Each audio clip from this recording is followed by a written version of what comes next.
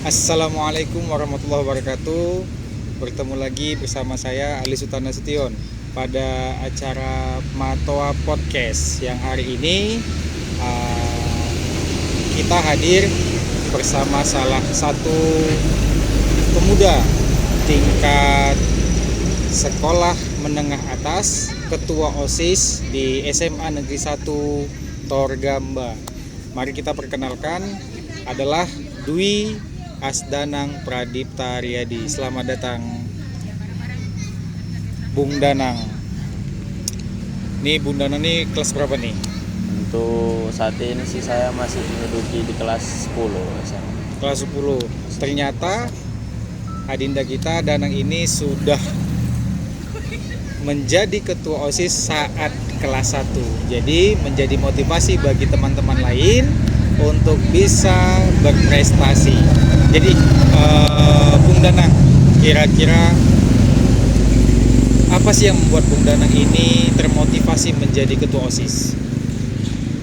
Untuk dari saya sendiri sih untuk termotivasi menjadi ketua OSIS karena dari sebelumnya dari SMP sudah pernah menjadi ketua OSIS.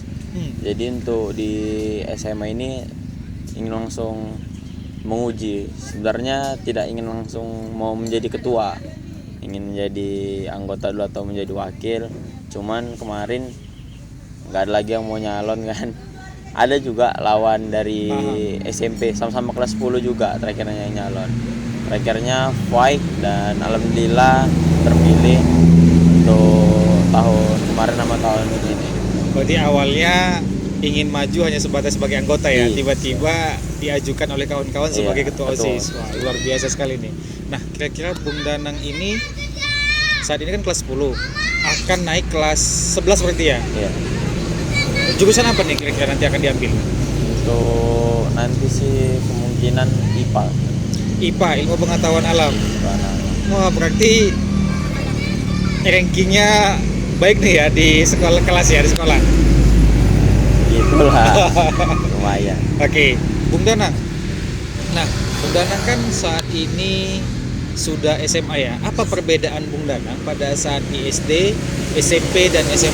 Sebenarnya apa yang membuat Bung Danang itu melihat perbedaan di antaranya?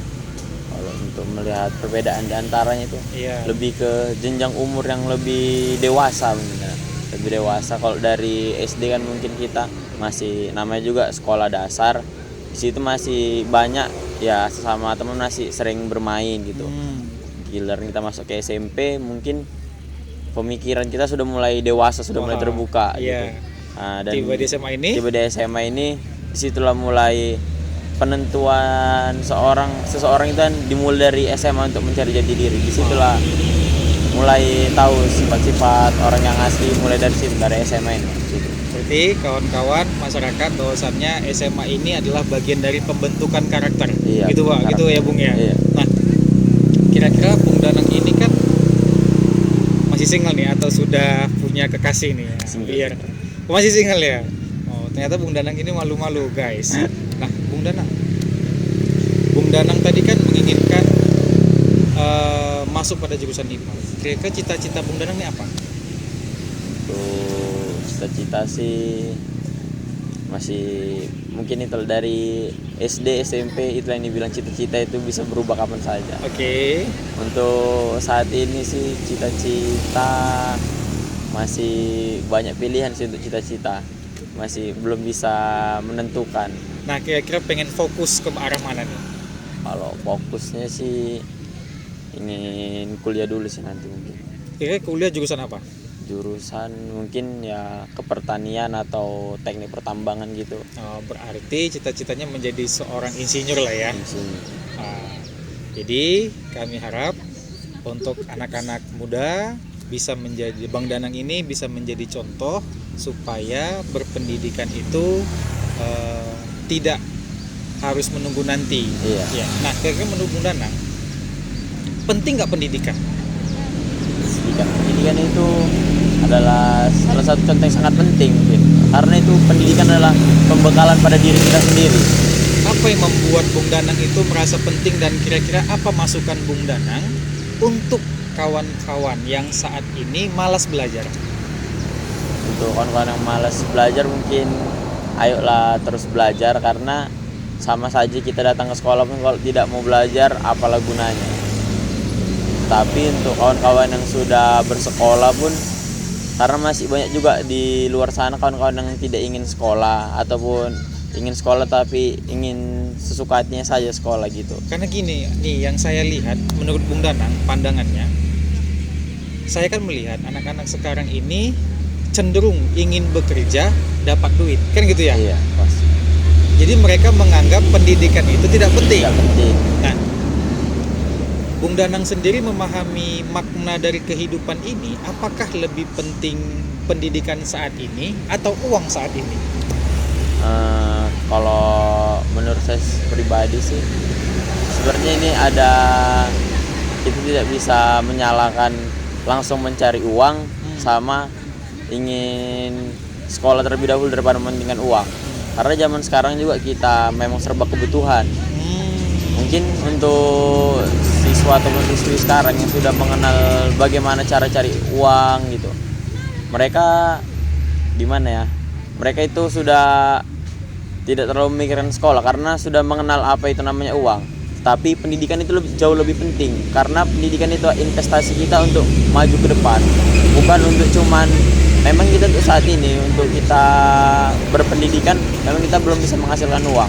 Sebenarnya bisa kita menghasilkan uang itu dari misalnya dari prestasi kita, untuk pokoknya untuk kawan-kawan yang masih ingin mau maju pasti ada aja jalannya gitu. Oh, mungkin bisa seperti ikut perlombaan Iya, gitulah pasti. Bung Danang ya. Iya. Ikut perlombaan, juara, dapat uang dari perlombaan tersebut. Itulah investasi uang tadi ya. Jadi kawan-kawan sekalian, bahwasannya pendidikan itu adalah investasi masa depan. Tidak saat ini, tapi masa yang akan datang untuk kehidupan yang lebih baik. Nah, Bung Danang, kira-kira enak nggak menjadi dewasa?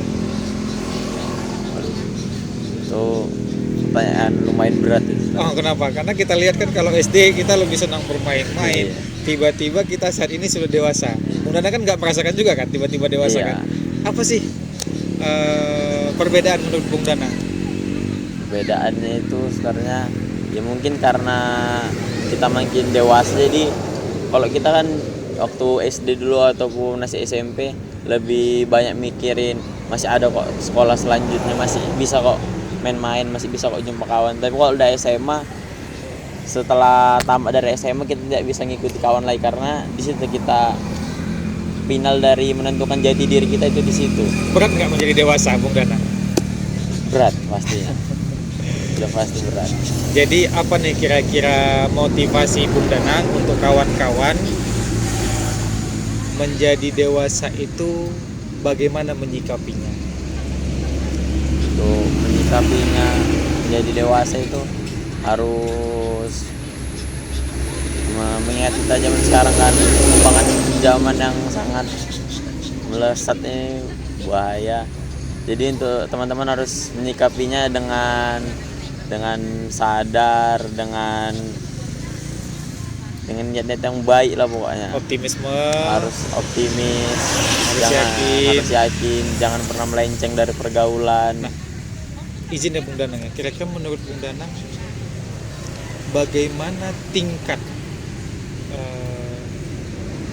kecerdasan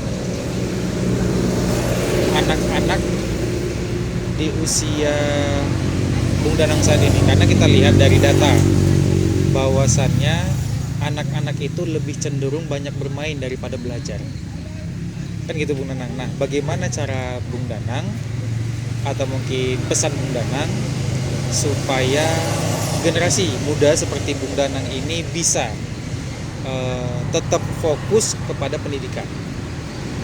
Caranya sih tetap fokus pada pendidikan, Tidak banyak bermain-main. tidak banyak bermain. Bagaimana nih Bung Danang pesannya? Ya, memang zaman sekarang untuk tidak bermain-main itu memang sulit, karena memang zaman sekarang zamannya orang pada dikit-dikit udah keluar main-main, Gadget, handphone. Sebenarnya ada yang lebih baik lagi untuk kita keluar, tapi kita tetap harus belajar. Kita keluar tetap harus belajar. Misalnya kita itu mencari wawasan atau mencari relawan lah untuk pemuda-pemuda sekitar gitu kan. Jadi untuk kawan-kawan semua harus tetap belajar, karena belajar itu memang harus paling diutamakan dari bermain, karena ada waktunya belajar, ada waktunya bermain, karena memang itu udah diajarkan dari kecil. Masya Allah, luar biasa sekali kawan-kawan sekalian. Bung Danang, kita sudah bahas tadi mengenai pendidikan, kita sudah bahas tentang remaja, anak-anak. Nah, selanjutnya kalau seandainya ingin tahu nih Bung Danang ya, mengenai teman-teman berkaitan dengan relationship, menurut Bung Danang, perlukah saat ini di usia Bung Danang menjalani yang namanya relationship dengan pasangan, hubungan pacaran?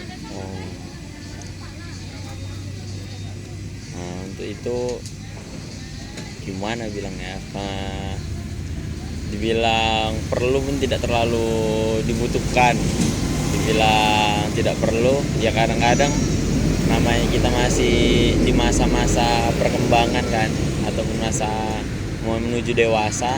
Mungkin kan setiap orang dan teman-teman juga memiliki pemikiran berbeda-beda. Ada yang memikirkan bermain, ada yang memikirkan untuk mengarah ke hubungan ya seperti pacaran ataupun dekat dengan cewek atau perempuan. Nah, Bung Danang ini kan dua persepsi tadi. Kalau saya lihat, berarti ada persepsi baiknya kan gitu, ujung-ujungnya. Ada persepsi buruknya. Menurut Bung Danang, apa sih buruknya dan apa sih baiknya? Untuk baiknya sih seperti kita lihat, ada juga orang yang pacaran itu jadi semangat, ada juga yang jadi semangat. Dan dari buruknya seperti kita lihat sekarang kan, angka hamil di luar nikah ataupun maafnya seperti pergaulan bebas itu lagi meningkat untuk di negara kita sendiri gitu.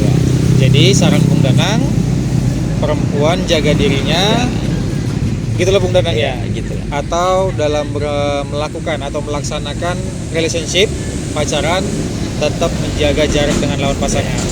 Nah, tetap menjaga jarak. Begitu Bung Danang ya? Iya. Berarti Bung Danang ini kategori yang setuju atau tidak nih? Kalau Bung Danang pribadi sebenarnya setuju aja selagi hubungannya masih positif. Berarti dibolehkan sama ketua OSIS kita, tapi dengan cara-cara yang baik. Oke. Bung Danang selanjutnya. Tadi kita sudah menyinggung berkaitan dengan pergaulan bebas. Nah, saya melihat memang dalam menjalani hubungan saat ini antara lelaki dan wanita itu hampir seperti tidak ada batasan. Kan gitu Bung Danang ya. Nah,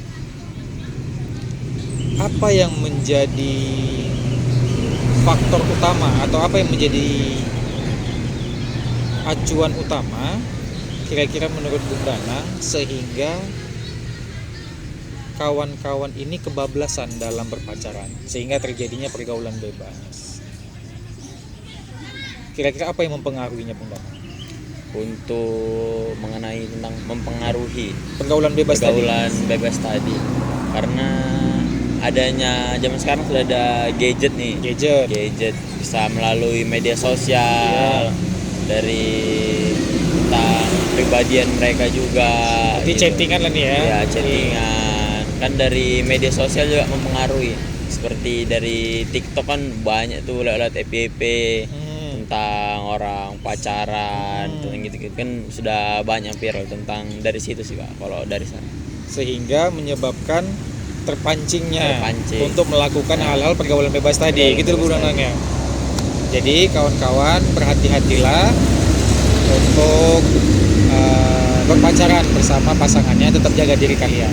Oke, hari ini kita kedatangan host yang memang sudah kita persiapkan jauh-jauh hari. Selamat datang Bung Tri Setiawan yang hadir pada sore hari ini. Terima kasih Wawan. Sehat Bung? Sehat.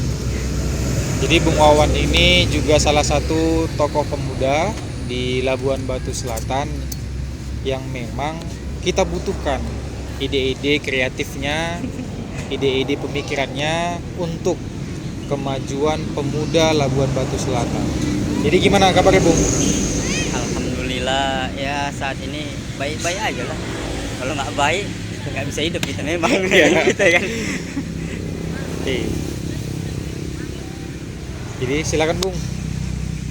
Ini Bung Danang adalah salah satu pemuda ketua OSIS di salah satu SMA negeri satu kota SMA negeri satu Torgamba. Luar biasa memang. Jadi ini saat ini kelas berapa? Untuk saat ini di kelas 10, duduk di bangku kelas 10. Sudah banyak dapat prestasi. Oke. Wah, Maaf mengganggu. ini minuman apa nih, Bang? Sanger, Bang. Nah, ini dua-dua. Sama mengerti. Ya, Saling makasih mengerti banyak. kita.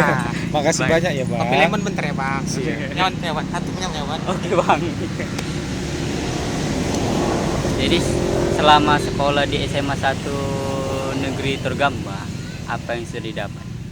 Untuk prestasi di SMA ini baru sekali sih kemarin. Lebih banyak ke waktu di masih SMP kemarin. Kalau untuk di SMA sekarang, kemarin itu saya sebenarnya bukan prestasi, cuman lebih ke pencapaian saya kemarin. Saya sebelumnya kan ada menjadi anggota Porma Kabupaten Labuan Batu Selatan. Waktu kelas 10 saat ini di semester 1 kemarin saya mengikuti seleksi pemilihan lagi dan alhamdulillah saya terpilih jadi ketua terpilih untuk saat ini di Kabupaten Labuan Batu Selatan. Itu formal tadi ya? Forum anak. Forum anak Iya. Labuan Batu Selatan. Tingkat Tingkat Sekolah. kabupaten. Iya, tingkat kabupaten. Forum anak kabupaten. Itu di bawah naungan bupati, Di bawah naungan bupati sama BKKBN. BKKBN. luar biasa. Nah, selama menjadi ketua OSIS apa sih kegiatan yang dilakukan Untuk kegiatan yang dilakukan, untuk kegiatan di mana nih? di sekolah? Di sekolah sih untuk kegiatan yang dilakukan seperti saat ini yang mendekati dengan, biasanya kan kalau kita ini kan akhir-akhir ujian, setelah ujian itu ada kegiatan rutin seperti membuat acara class meeting dan juga acara pentas seni gitu. Nah, ini untuk mungkin minggu depan akan kita lakukan acara pensi dan juga class meet olahraga dan juga seni kita gabungkan. Untuk acara yang lainnya seperti membuat acara Maulid Nabi gitu-gitu. Oh, berarti Bung Danang ini akhir masa jabatannya tahun ini ya? Tahun ini Nah, kira-kira kalau saya sudah kelas 2 akan mau melanjutkan sebagai ketua OSIS atau memberikan kesempatan kepada teman yang lain?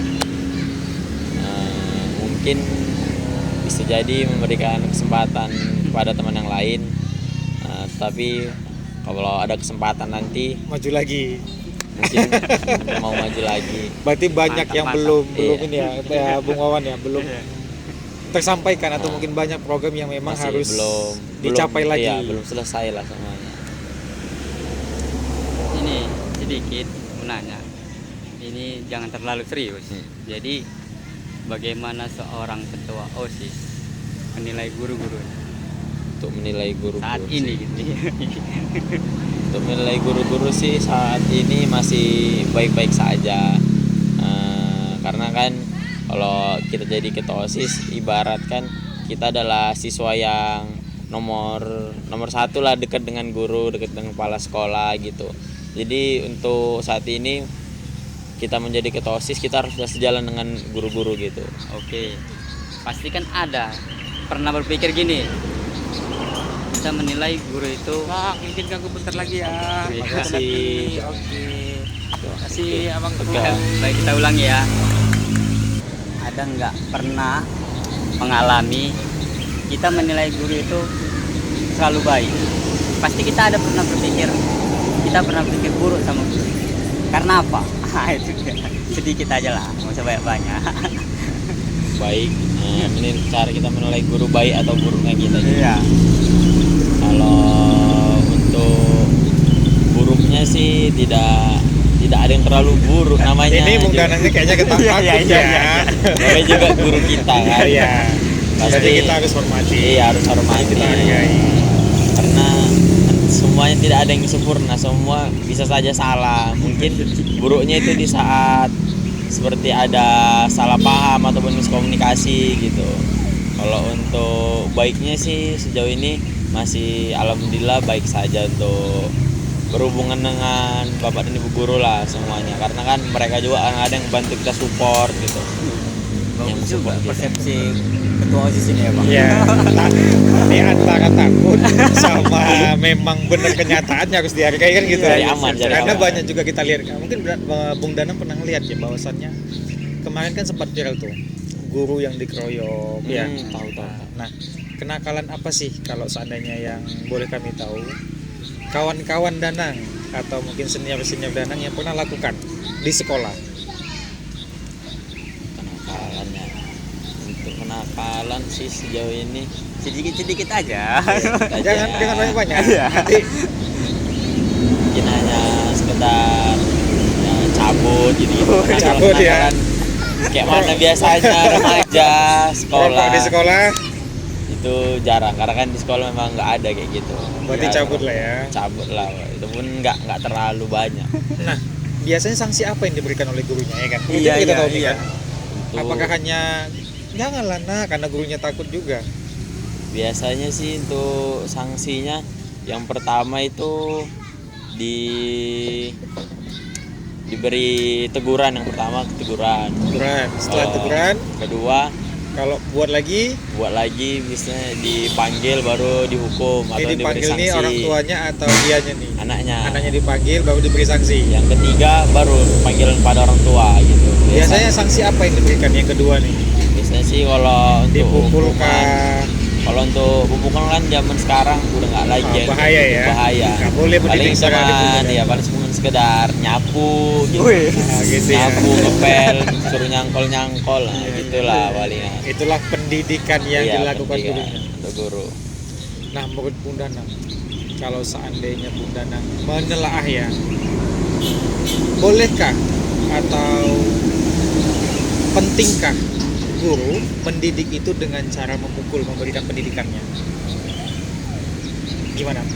Kalau saat ini sih tentang temperamen, karena saat ini kalau mungkin kita dengar dari cerita orang tua zaman dulu, semakin dipukul makin ngadu, makin kena pukul lah di rumah. Dulu, dulu ya. Tapi Nah, kalau untuk saat ini kayaknya itu nggak bisa lagi diterapkan di sekolah, karena sedikit disentuh aja nanti udah orang tuanya panjang urusannya. ngadu sama orang tua, Ngadu sama orang tua orang tua. lapor polisi. Iya.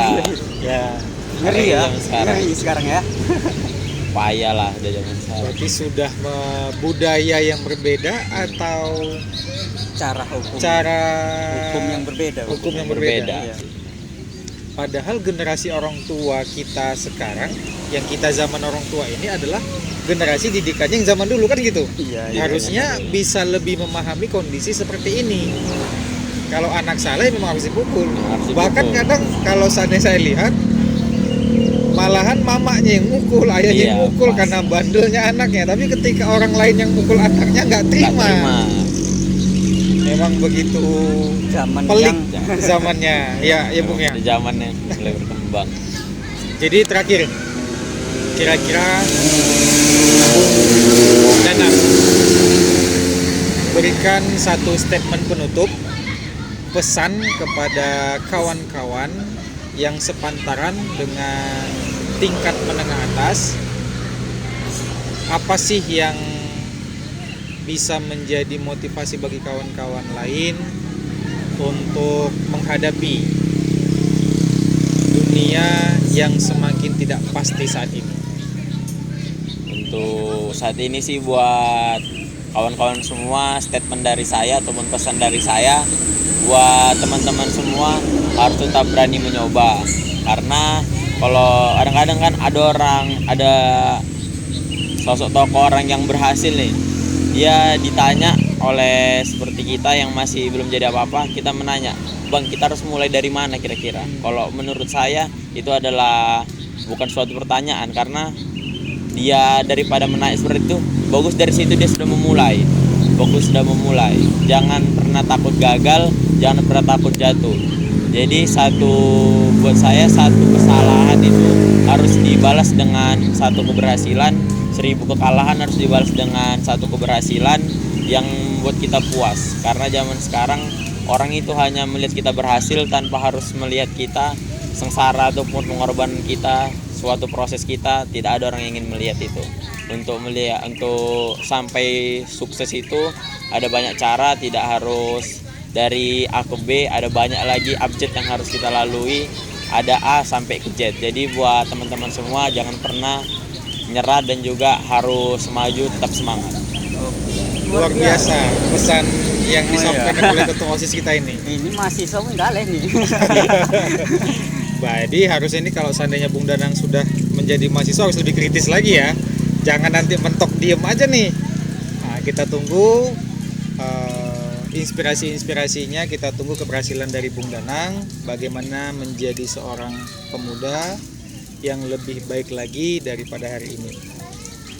Kepada kawan-kawan sekalian, para penonton Matoa Podcast, kami ucapkan terima kasih sudah menonton kami.